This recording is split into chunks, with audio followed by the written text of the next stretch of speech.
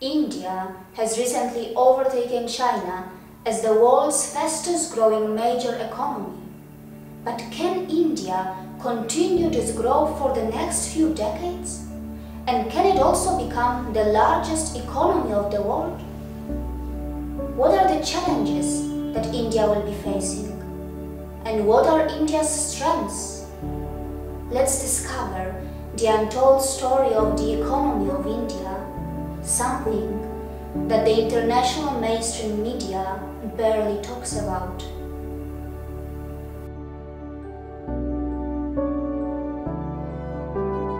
In the world of today, India has re-emerged as an economic powerhouse, and this re-emergence of India can easily be the most sensational success story of our times. Indian economy started to gain some real momentum a few years ago when the top international companies started to move their manufacturing facilities to India. And not just that, they also started to outsource all sorts of jobs to India, whether they were related to marketing, management, or customer service. The most lucrative part of this international cooperation was that these global companies also got a chance to sell their products within India, as the rise of the Indian consumer market was massive. This trend has continued for several years now, and hence the overall economic growth is clearly visible. India is a land which is full of diversity, and its vibrant democracy has encouraged its people to involve and participate in this growth. It is important to know that since 2011, over 65% of Indian GDP has come from the domestic consumption, unlike China, where domestic consumption averaged around 40% of its GDP. Today, at a massive $9 trillion, India is the third largest economy of the world in purchasing power parity terms, and only China and the USA are ahead of India. If some of you don't know what it means, let me explain this for you. There are mainly two ways in which countries' GDP is looked at: purchasing power terms and nominal terms. It is widely believed by the economists that purchasing power parity is a more accurate and realistic way to understand the real economic condition of a country, as it takes the costs of living into account. The mainstream international media largely ignores the fact that India is already the third largest economy of the world in PPP terms. I have also noticed that the Western countries still prefer to compare their economies in the nominal terms, as their GDP tend to appear bigger by this way of calculation. In the nominal terms of calculating GDP, currencies of all countries are converted into US dollar, which is not considered very fair by many top economists. The economic power is going back to the East, and that is why many international financial institutions are starting to take interest in India's growth, even though the mainstream international media still does not give enough coverage to the development stories of India. To start with, HSBC published a report in 2011 predicting India to be a top 3 economy in nominal terms over the coming decades. In 2015, another study was done by the US Department of Agriculture, which predicted very similar results. On the other hand, in PPP terms, PwC predicts India to overtake the USA in 2050 as a 42 trillion economy. The same institution also predicted India to be a top 3 economy in 2030 and very close to the USA in 2050 when it becomes a massive 28 trillion economy in nominal terms. Citigroup predicts India to be the second largest economy in 2050, and according to them, in 2030 it will already be the third largest. Other institutions like Standard Chartered are also very positive about the future of Indian economy, and so is the CEBR, which predicts India to be the largest economy of the planet in the future. My personal assessment is that in PPP terms, India's GDP should easily overtake the GDP of USA before 2030.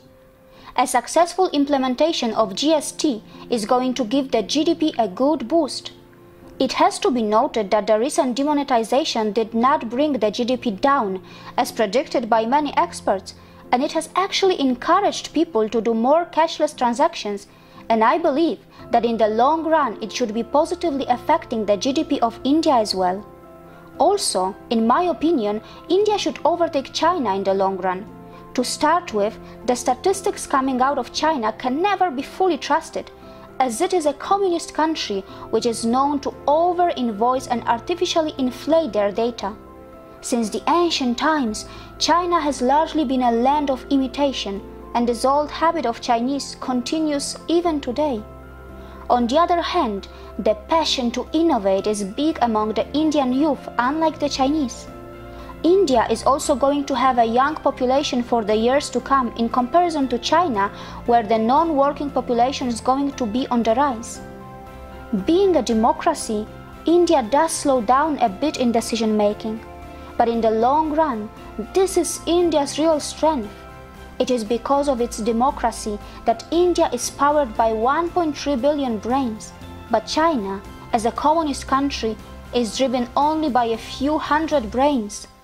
Another massive advantage that India has is that it is developing in times when the technology is digital.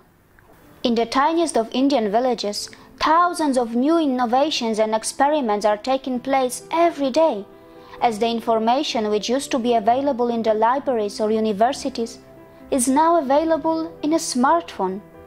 It also has to be noted that India has to import crude oil to meet its energy needs, and the fall in the global crude oil prices is in India's favor as well. All of this sounds really great, but there is something more. And that is the fact that all of this is happening even when India's economic activity is very underestimated. For example, a big part of India's economic activity is not on any kind of record, and it doesn't have anything to do even with the cashless or cash transactions. It is because many economic activities in India are totally undetected. To give you an example, in many houses of India, people have their own cows. Their requirements of butter, milk or cheese is fulfilled by their own cow at home. The cow can simply eat grass or other low-cost food. On the other hand, even in the villages of the Western countries, the cow's milk is sold to the companies which pack them, put a price tag on them, and sell it back to the villagers, giving birth to so many economic transactions, rising the GDP of their countries. Indian cow's milk reached to the mouth of many Indians without going through any kind of trade, whether it is in cash or is cashless. So one can easily see that in India, in many cases, there is a production, there is a consumption, but there is no trade. On the other hand, Western countries have managed to count their last penny available and commercialized everything that they could, which inflates their GDP a lot. Also, one has to remember that India is a country in which people cure themselves from the home remedies and yoga. This contributes lesser to the GDP in comparison to those countries which are known to make a commercial industry out of everything, even when it is against human welfare. For example, more people practice yoga in India than anywhere else in the world. Yoga is known as the greatest gift by Indians to the world.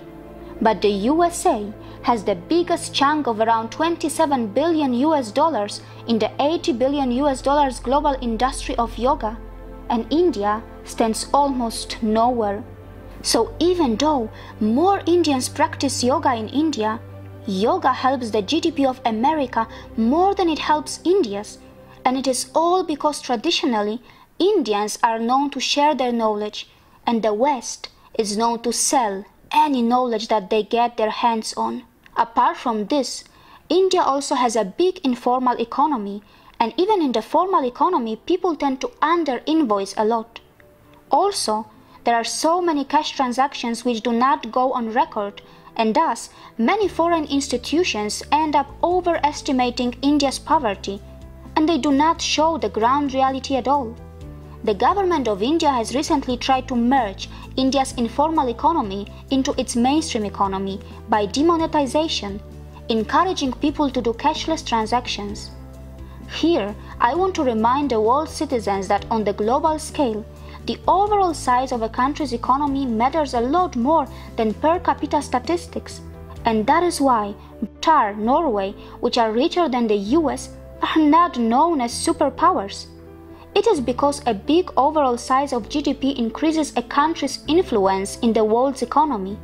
with due respect to all the smaller countries which may have a better per capita statistics of GDP.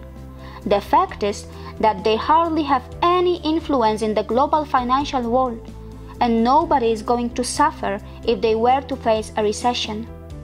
On the other hand, China, India, and the US are known as the big players because of the massive size of their national GDP. You will be shocked to know that within India there are many states which have similar GDP to the GDP of some of the European countries.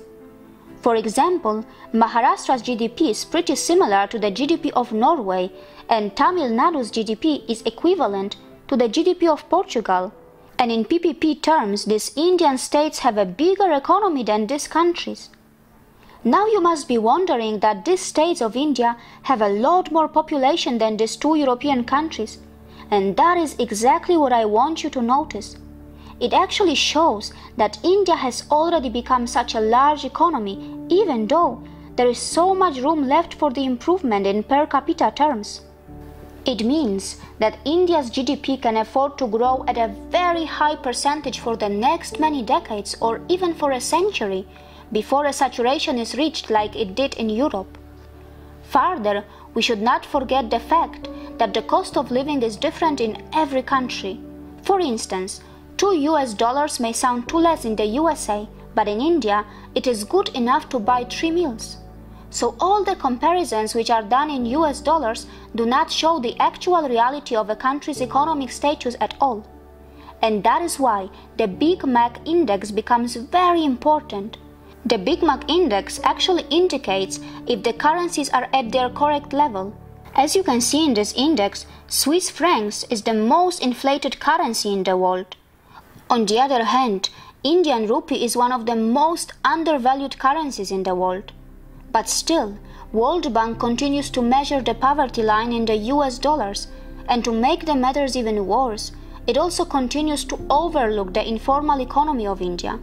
Further, it has absolutely no idea how much gold is owned in India by many of those who live in slums and are living below the so-called poverty line. On the other hand, it is also important that a country is not suffering from something that we know as income inequality. And this is when Gini coefficient comes into play. 0 indicates equality, and 1 indicates inequality. It has to be noted that some poor countries can sometimes have better income equality than the rich countries. It is because in a given country, if all are poor, it also means that all are equal in some way. So one should be very careful while comparing the Gini coefficient of different countries. You will be surprised to know that on one hand, USA continues to lecture the whole world on the income inequality, but on the other hand, its own condition continues to get worse. It's a well-known fact that the USA, which has long been the so-called superpower of the world, has a terrible distribution of income and wealth in their own backyard. Top 1% of the people in the US own a massive wealth that is worth 34.7 trillion US dollars, and the bottom 40% of households own only 249 billion US dollars. And still, the so-called intellectuals from the US continue to blindly calculate the wealth in their country in per capita statistics, dividing the whole GDP of their country with their whole population, as if every citizen of the US was earning and owning the same wealth. The ugly reality of the US economy is that most of its wealth is controlled only by a few. On the other hand, in India, 45% of the wealth is owned by its millionaires, according to the report by New World Wealth. But one must remember that in India, the wealth inequality statistics do not show the true picture at all. It is because a majority of Indians do not declare their actual wealth or income honestly, and they are also known for keeping a big stock of household gold, which in most cases stay undeclared. Let me shock the world citizens by the fact that Indian housewives own a massive stock of gold that is estimated somewhere around 25,000 tons or even more, and as expected, this is never told to you by any international institution, as they mostly love to discuss the so-called overestimated poverty statistics from India. And by the way, this 25,000 tons of gold is very much evenly distributed and not held by the top 1%. Apart from this, there are more evidences which show clearly that poverty and wealth inequality in India is overestimated. In assessment year 2014-2015, it was revealed that there were only 2.4 million taxpayers in India who declared their annual income over $15,000, but still, almost 2.5 million cars continued to be sold annually. Out of these cars, around 35,000 were luxury cars, which continue to be sold every year as well. And shockingly, only around 48,000 people reported their income of more than $150,000 per annum. And this is only about the new cars. Second-hand cars are also purchased every year, which are not even involved here. You will be shocked to know that in India, only around 36 million people out of 1.3 billion file the tax returns. It is absolutely clear that Indians purposely show lesser incomes to avoid taxes, and a majority does not even file any income tax returns. All of this clearly proves Indian economy is extremely underestimated. The fact is that Indian tax authorities are not very strict yet, and many citizens are taking advantage of that. Now, here is a chart that shows the unemployment rates in different countries. And as you can see, the unemployment in the Western world is pretty alarming. Even though the percentage of the unemployed people is lesser in India than these Western countries, it still does not show the actual figure. It is because there are so many Indians who are employed by the informal economy and stay invisible to the international financial institutions. To give you an example, many of these stall owners in India can easily be officially unemployed, and perhaps many of them do not even have a tax number. Those who have a tax number are mostly not declaring their true incomes, and the international financial institutions have no idea that many of these so-called unemployed or poor are earning more than $800 per month, which is a pretty big amount in India considering the low cost of living. Apart from a country's GDP, income inequality and wealth inequality, there are other factors that play a crucial role too, such as external debt, net international investment position, fiscal deficit, current account deficit, foreign exchange reserves, gold reserves of the government, and also the gold reserves of the common households, or in India's case, even the gold reserves of its temples.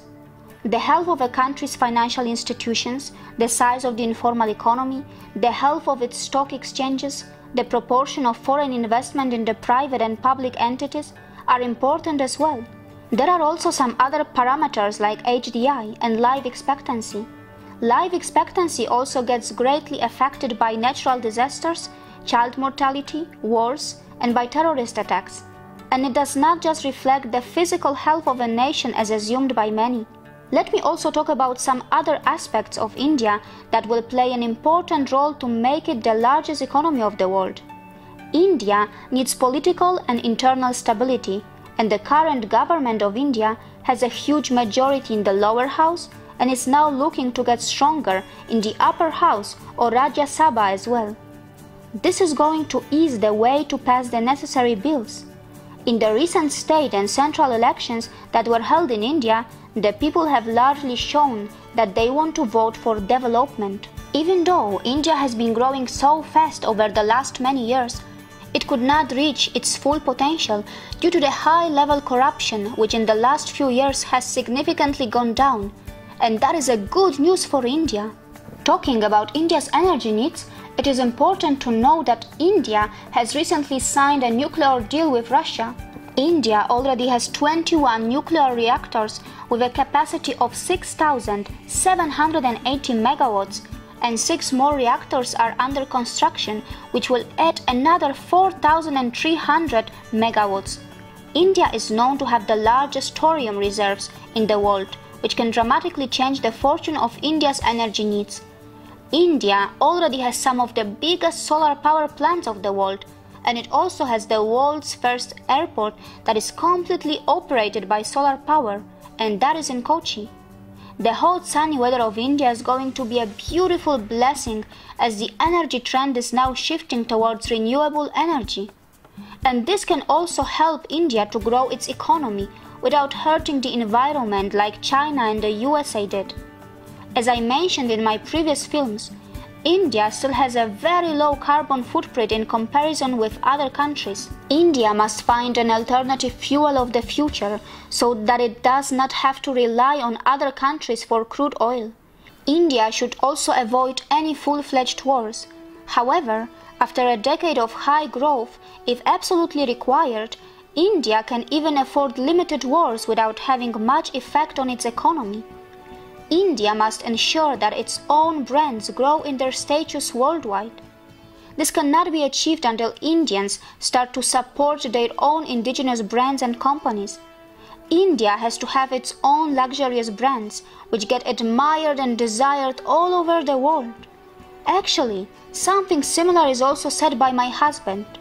He says, "I want to encourage the people of my country who are passionate about designing to create and establish our own luxury brands and not be inspired or influenced by anyone. Start your own trends. Don't compromise on the quality, and the Indian premium consumer market will prefer you over the Italians and the French. After all, we are the land of Maharajas.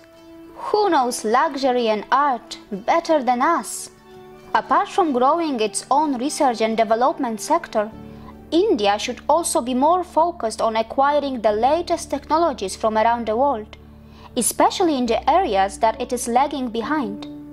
At some stage, it should completely stop importing the ready-to-use defense equipments until there is an offer of complete technology transfer. As India will grow, its requirement of clean water will grow too. If India stays proactive and makes smart policies in time, it is not so difficult to handle that situation too. India is also getting more proactive in its foreign policy. India is building a port in Chabahar in Iran, which is said to be an answer to the port at Gwadar, which is being built by China. India also enjoys good relationship with the countries in the South China Sea, and its strategic partnership with countries like Vietnam is seen as something that is intended to encounter China on its strategy of strings of pearls. India and Japan also enjoy multi-dimensional relationship, and hence it can easily be noticed that India is doing what is needed to attain a balance of power with China to attain the stability it needs in order to continue its massive growth. The rise of India should see the rise of its status as a country that sets the trends in the world of technology and also in the world of luxury. The rise of India should see multi-billion startups originating from India, which will saturate the world of startups. The rise of India should see India emerging with its own global social media platforms and also its own institutions that give the world's most prestigious awards to the filmmakers and also to the authors and journalists. The rise of India should see India emerging with its own institutions which set their own parameters to measure the statistics of all kinds around the world.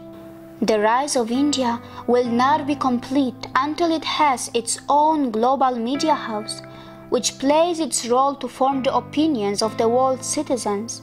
The rise of India will not be complete until it has its own mega global banks, its own versions of S&P and Moody's, which will downgrade or upgrade the ratings of the countries at their will, controlling the global sentiment of investors and controlling the money flow. The rise of India should see India attaining self-dependency in its fuel and energy needs. The rise of India should also see India having a permanent seat in the United Nations Security Council, influencing the international policy making and the global affairs. The rise of India will ensure that the responsibility of the world goes back in the safe and reliable hands once again. The rise of India will trigger the rise in the moral values and humanity.